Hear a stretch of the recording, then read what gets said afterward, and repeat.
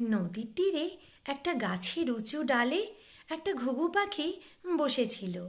সে জলের দিকে তাকিয়েছিল।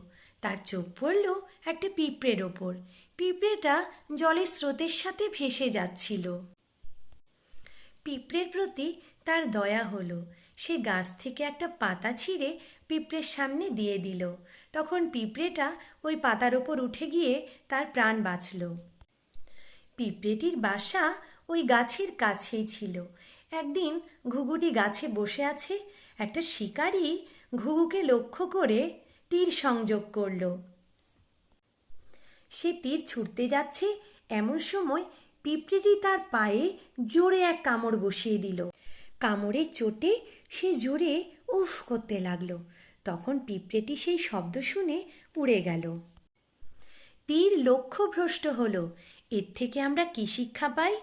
বিপদের বন্ধুই প্রকৃত বন্ধু হয়।